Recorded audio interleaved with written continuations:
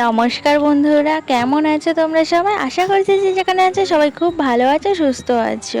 আমি টুকুন টুকুন লাইফস্টাইল ব্লগে তোমাদের অনেক অনেক স্বাগত, ভালোবাসা জানাই। তো এখন ঘড়িতে না 10টা সাড়ে 10টা মতো বাজে। তো এখন থেকেই তোমাদের সবার ভালোবাসায় আবারও একটা নতুন ব্লগ শুরু করছি। আশা করছি তোমাদের খুবই ভালো লাগবে।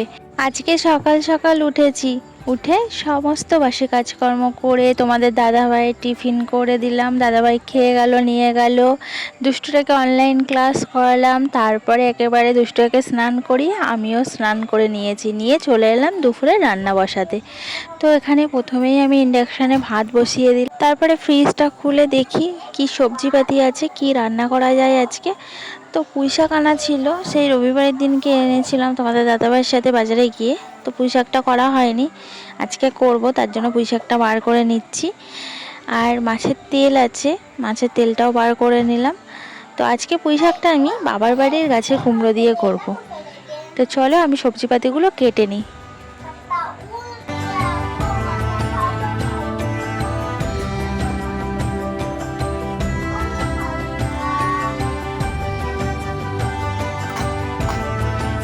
তো বাবা বলছিল বড় দেখে নিয়ে যা কুমড়ো, আমি বেছে বেছে ছোট একটা কুমড়ো নিয়ে এলাম, কারণ আমার বাপের বাড়িটা তো আর কাছে না যে এক পা হাত দিলেই বাবার বাড়ি চলে যাব, অনেকটাই দূর। আর চাগিয়ে আনা ব্যাপার আছে, তার জন্য ছোট দেখেই নিয়েছি। তা কুমড়োটা যে এত ভালো কি বলবো, কেটে তো আমি পুরো অবাক। মানে এত সুন্দর কুমড়োটার কালার, আর ঠাসা পুরো কুমড়োটা। আমি তো এর দানাগুলো রেখে দিয়েছি, দেখি আমাদের বাড়ির সাইডের দিকে দিয়ে দেবো যেটুকু জায়গা আছে।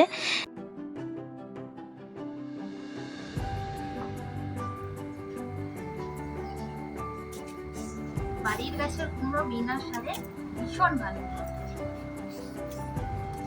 কুমড়োটা পুরো একদম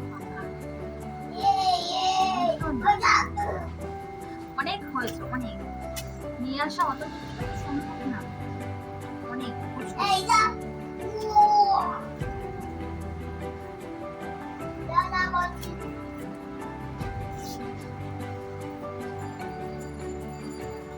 সারা ঘরে ছড়িয়ে কি করছে সেটা? হ্যাঁ, দিয়ে আর এই কুমড়ো দিয়ে আর মাছ জাস্ট জমে যাবে, কোনো কথাই হবে না। ওরে বাবা রে, যা আস্তে আস্তে দিয়ে বন্ধ করো। তার বছর আকার কি হয়? তার বছর আকারে শসা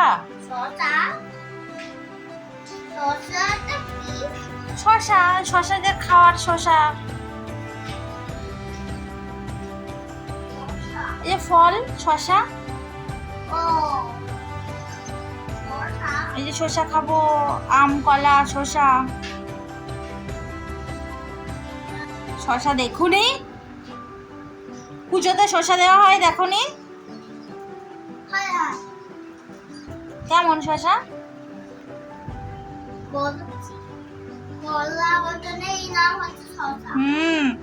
ওবান শসাটাও কেমন ভুলে গেছে।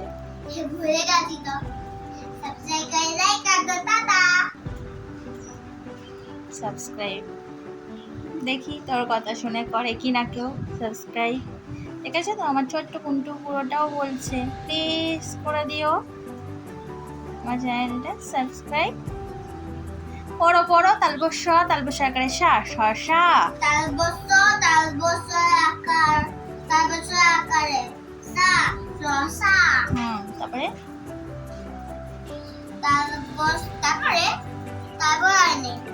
উপর থেকে আবার আম।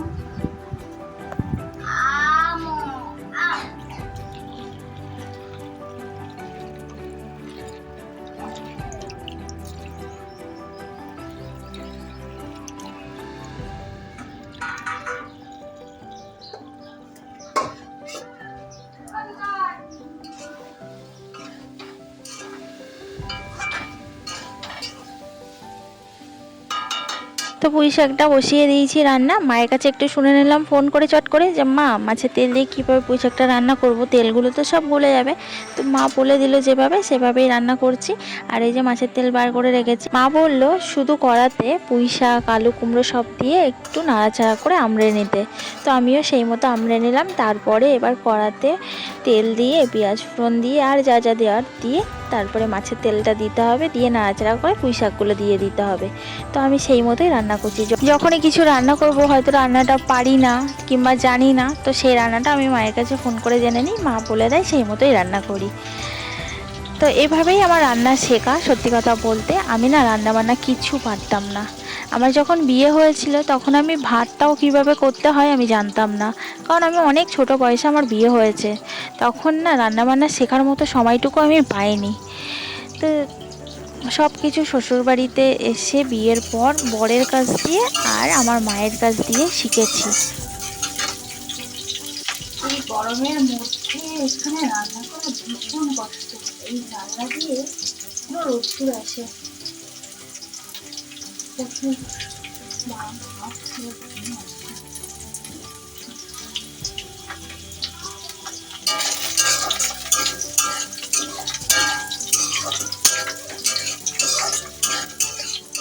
বড়মশাই আমাকে অনেক কিছু শিখিয়েছে। ফার্স্ট মাংস রান্না করা শিখিয়েছে, ডিম ভাজা শিখিয়েছে, আর মায়ের কাছে এরকম জেনে জেনে রান্না শিখেছি।